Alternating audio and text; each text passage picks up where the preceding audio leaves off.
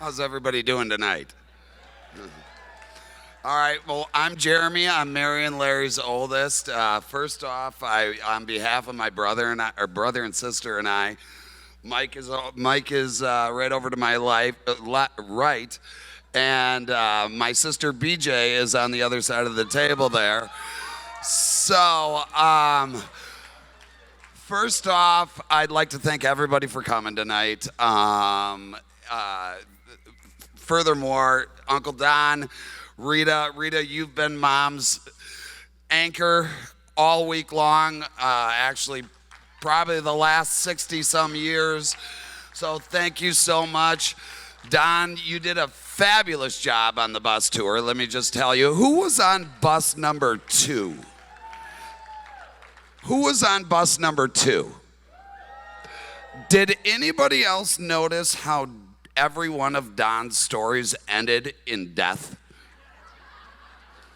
If it wasn't like a murder-suicide, it was a house burning down and all 6 kids died, or a lantern tipped over and half the town was killed. It was, I'm glad we were able to go to church today because after that level of morbidity, it was all we could talk about in the back of the bus.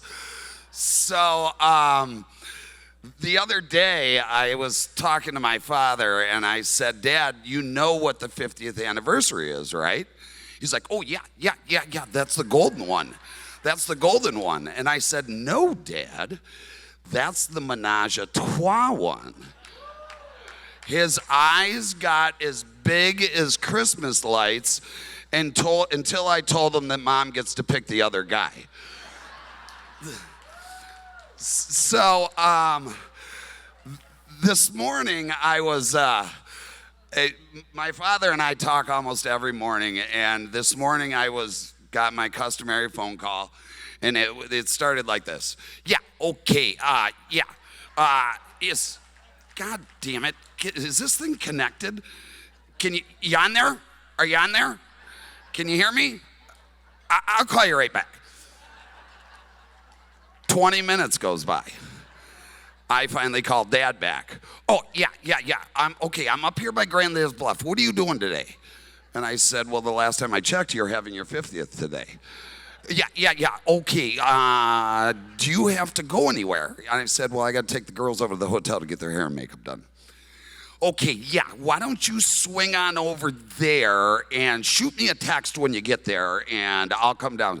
So that's typically what I go through every morning and that's just on the dad side of things. Mom, it's always fun when the both of them are in the car because they don't know which phone is connected to the Bluetooth. And then if my mom's wearing her watch, you throw a third device into the mix, and it's, for lack of better terms, a shit show. So bear with me here. My memory isn't as good as it used to be, so I'm going to have to refer to my notes. But, my brother and sister and I have, the most profound respect for my parents. And, Dad really paved the way for a lot of the values that Beth or BJ and Mike and I carry.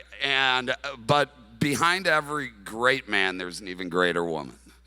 So, just a couple of, as I was driving up here, I haven't been up here in a couple of years, and I was kind of overcome with memories of childhood and things, and the bus tour, just going through town and going down Redwood East, and the first thing that I looked for was that river birch tree that used to stand in the front yard. It's not there anymore, and the memory that I have of that house is it was yellow. It was yellow. It was, I'm as colorblind as the day is long, so whatever color it is now, but it was bright, almost Ryan yellow. So,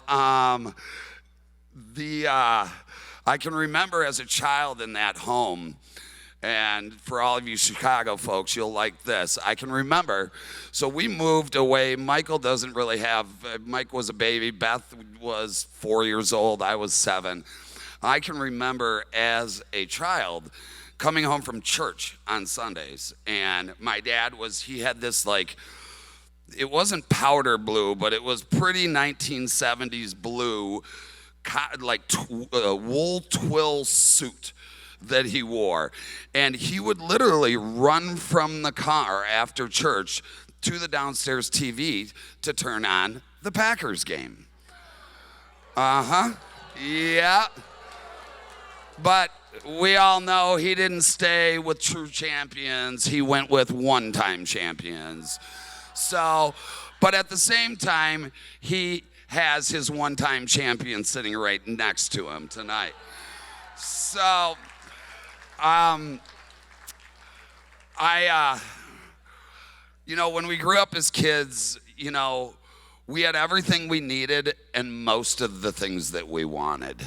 But mom and dad, nothing was ever handed to us. It was, when we got home from school on Friday nights, I was doing yard work. Beth was helping mom in the house. They instilled a very positive work ethic right out of the gate for us. And I apologize if I keep drifting in and out of the microphone. But they supported us in every decision that we made.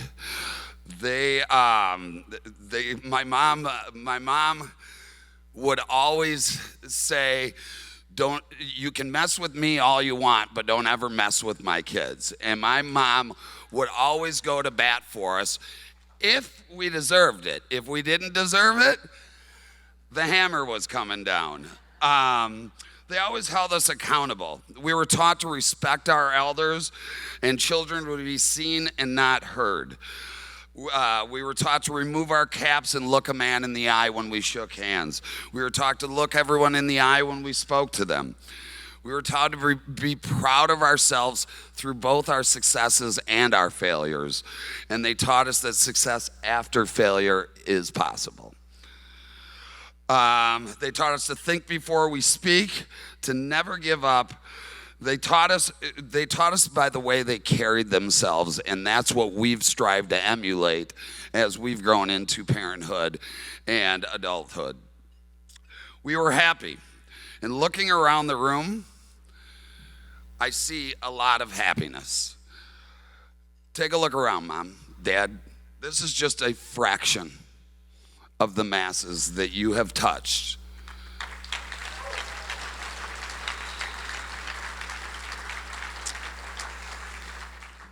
This is just a fraction of the masses that you have touched in your lives, but everyone in this room is happier because their lives have crossed paths with yours. So, not to take up a whole bunch of time, but I just want to close with this. Just the other day, I had crossed paths with a conversation where people were talking about how can there be a God in this world when all of this bad stuff happens. And as we all know, the good Lord gave man free will because he knew that you two angels were going to be down here doing his work and sending his message. So if you don't mind, please rise.